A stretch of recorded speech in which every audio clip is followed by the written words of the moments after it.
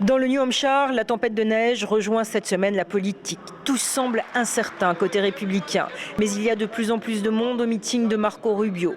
Le sénateur de Floride, qui a 44 ans, veut s'imposer nouveau visage du parti. Rubio aime souvent critiquer Barack Obama et en politique étrangère, à chaque meeting, il dit ceci. Quand je serai président, je vais mener une véritable guerre contre le terrorisme. Ce ne sera pas une série de discours, je vous promets une véritable guerre. Et je vais vous dire comment ça va se passer.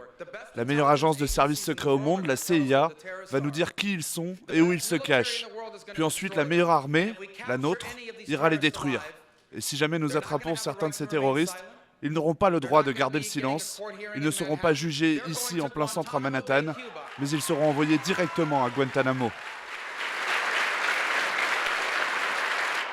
Sur le terrain, Rubio a aussi une tactique. Comme Bill Clinton, il passe 1 minute à la fin de chaque meeting avec chaque spectateur.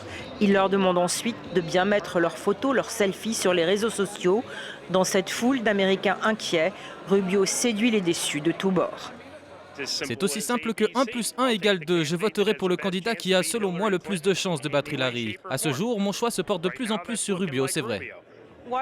Pourquoi Rubio? Eh bien, il est jeune, il est très dynamique, il symbolise le rêve américain et en plus de cela, il ne traîne pas de casserole particulière.